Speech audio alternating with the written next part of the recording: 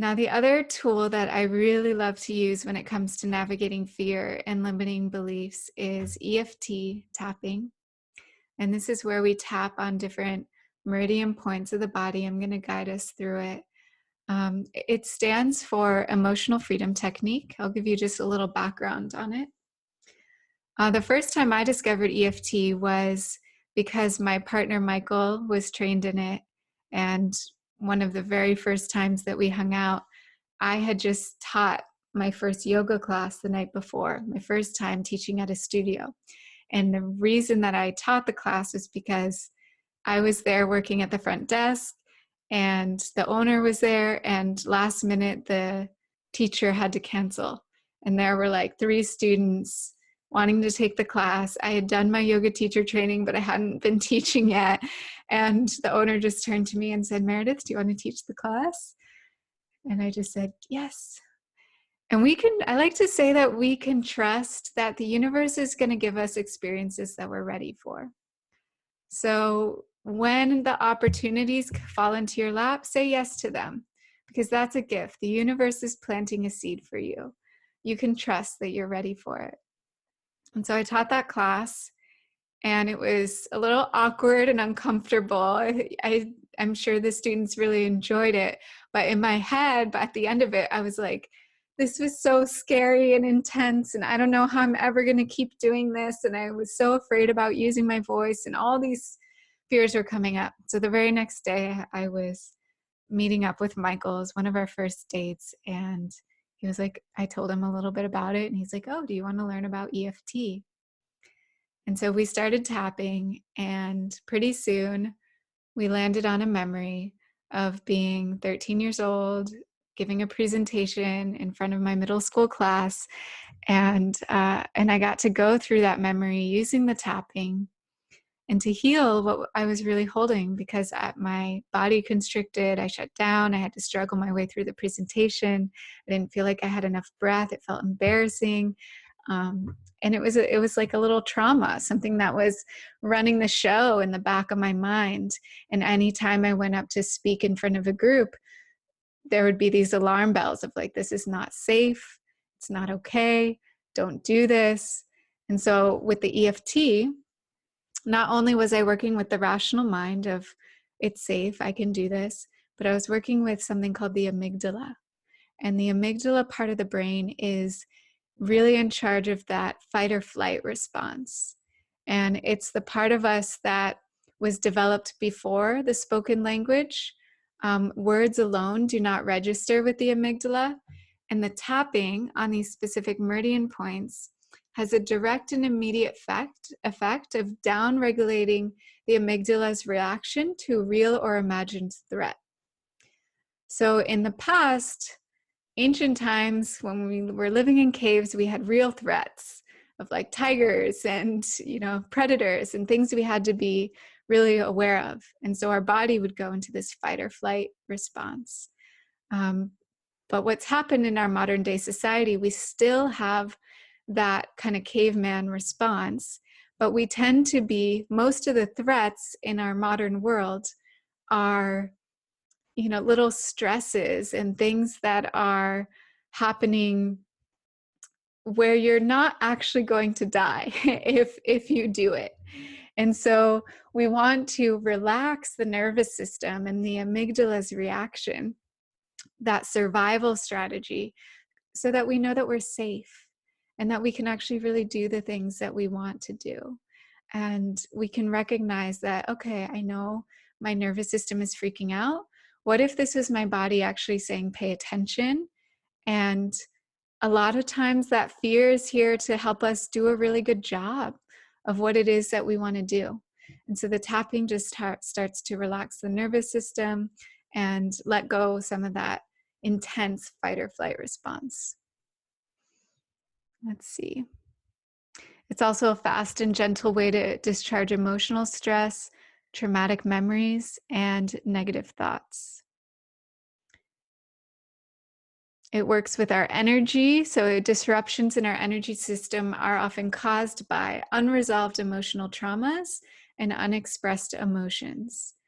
And emotions really have an important function. Emotion means energy and motion. They're meant to be expressed and to be felt. And there are a lot of times in life where our emotions get stuck. We don't let ourselves feel them. We can push them down. And so tapping tells the amygdala, the body, it's safe. You can let this go. You can feel this. You can feel this fully. It really helps, especially with emotions of anger, grief, shame, fear, confusion, shock, horror. All of those things can just start to clear. And as we tap, some things that are very common because energy is beginning to move is you might find that you're yawning or crying or laughing or burping. And those are all just ways that energy is moving. That means that it's moving through your body. You can let it go. Something is shifting. So I'll just run you through the tapping points. The other thing is this is a self-healing tool. So it's something you can do at home. And it's also really powerful to work with a guide, at least in the beginning, so you really get an idea of being reflected and how you can go into the specifics and uncover new layers. So we'll just start on the edge of the hand. So this is called the karate chop point. It's underneath the pinky. And it doesn't matter which hand you do it on. Either side works great. And then we'll go to the top of the head. You can go to the eyebrows. You can do one hand or both hands. And the edges of the eyes. And it just kind of goes down the front of the body. It goes to the cheekbones. You can also Google tapping points and get a diagram of this underneath the nose.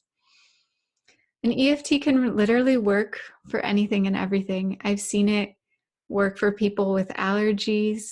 I've seen it work with physical pain and ailments. I've seen it work with difficult emotions. So I'm now tapping underneath the lips, just above the chin, and then the center of the heart.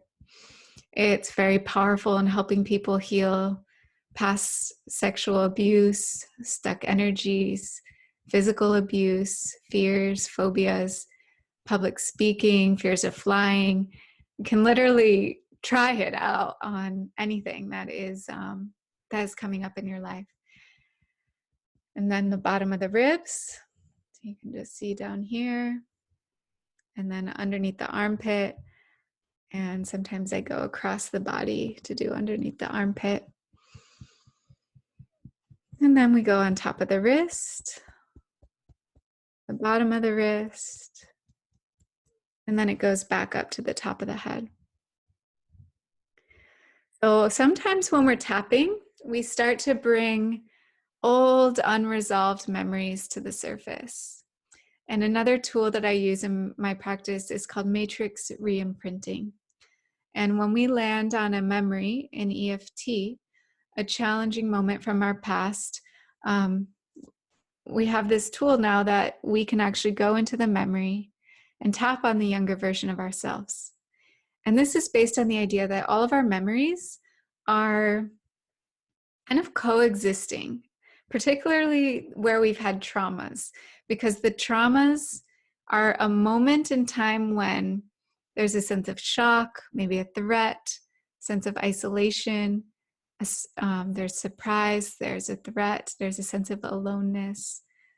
And when that happens, in that moment, usually a belief is formed. It's like something traumatic will happen. We're in that shock and that sense of helplessness. And especially when we're little kids, we'll form a belief of like, never do that thing again. Or if I do that thing, mom will be mad. And we generalize it. So we can create a lot of these core beliefs that start running in our subconscious that are becoming the operating system of how we're living in our current reality. And this starts to unwind and untangle all those different pieces that we may have formed beliefs from a very long time ago. So we can actually reframe those situations, those traumas in a new way, and then re-imprint a new belief into ourselves, into our body. And then as we create a new picture in our mind, our subconscious has a new reference point, and we start referencing that new point in the matrix, in the field, and we start operating from this new belief in our current reality. So a lot of times when a trauma does happen in our lives, we create it into something that is formed in a sense of disassociation. A lot of times we forget what even happened, and we kind of coat this capsule with disassociation, and it gets stored away in something called procedural memory. And it becomes like this survival mechanism of like, it's there, but we don't remember it, and we're operating on the beliefs of what happened there. So the tapping will bring that sometimes to the surface, especially if we are looking for a memory related to a specific belief. And then we can go in and to heal that. So anytime we're feeling a trigger in our lives, chances are it's from a trauma in our past. It's from something happened a long time ago. And when we're feeling that trigger of something happened in our current reality, it's related to something that happened a long time ago. And what can happen is we can start inviting these same situations again and again. You've probably all heard people in your lives that's like, they seem to just have the same challenge again and again, or they seem to keep dating the same type of person again and again. And what's happening there is that actually our subconscious is really wanting to heal the original trauma.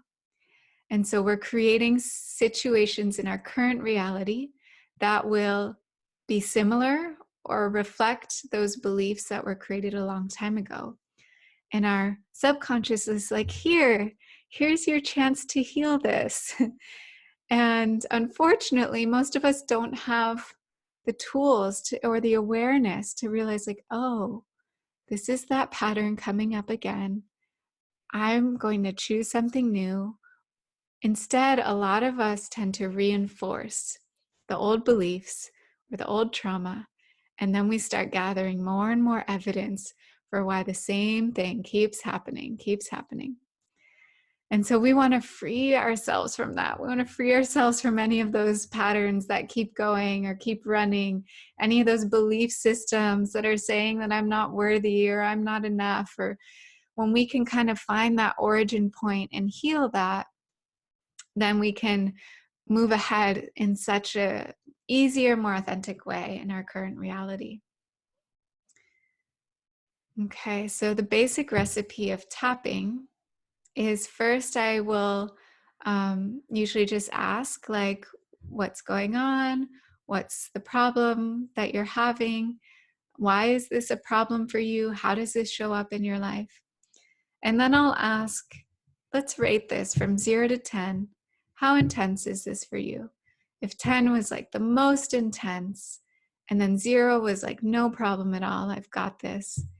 And that's something you can do with yourself too, is just tuning in to where you are on that level. And the reason we do that is because it gives us a reference point of where we're starting and where we're ending, and if it's a good idea to keep going or to pause.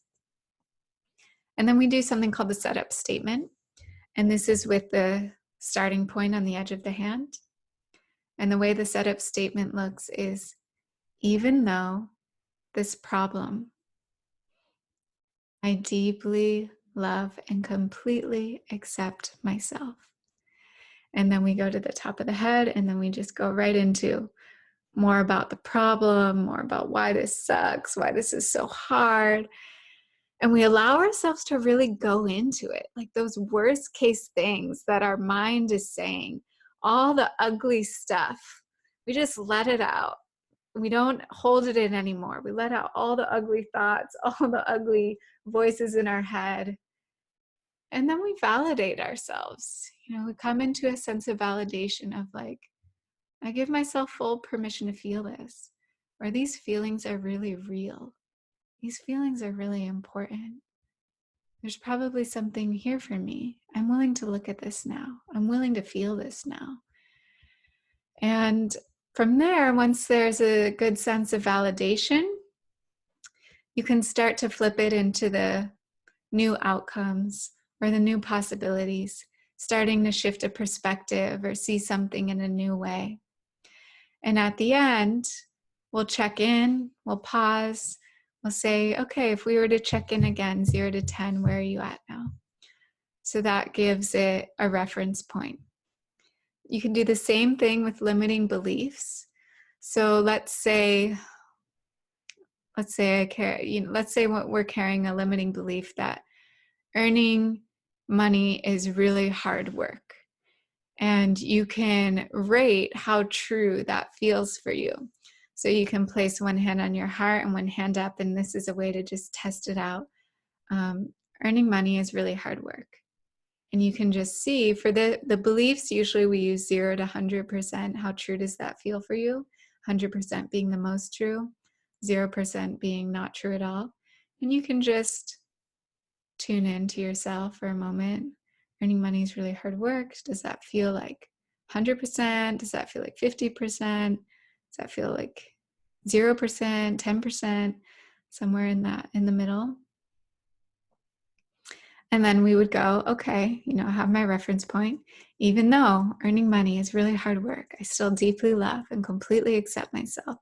And then you go to the top of the head and you start pulling out all the evidence. Maybe it's, I saw my dad working really hard. He's able to earn money, but I didn't get to see him very often. Just like pulling out all the evidence you have behind that belief. And then you can do some validation, but you can then bring in, but I guess there are some people in the world who are able to earn great money and not have to work 60, 70, 80 hours a week. What if that could be my reality? I'm open to the idea that earning lots of money doesn't have to take up all of my time. Maybe it doesn't even have to be hard. Maybe it could be really fun. Maybe if I was really aligned with my purpose, it would be fun and easy. Maybe if I gave myself full permission to really go for what I want, this could really happen for me. Just going into that new possibility place. And again, just like raising the vibration up. I'll just reiterate the basic recipe of EFT is state the problem, be specific. Why is it a problem for you? Measure the level, 0 to 10, if it's a feeling or a symptom. If it's a statement of a belief, usually we do 0 to 100%. And then the setup statement, even though this problem, I still deeply love and completely accept myself. And we go through all the points, fleshing it out, saying all the voices in the head, and then flipping it around. And then at the end, we remeasure the level.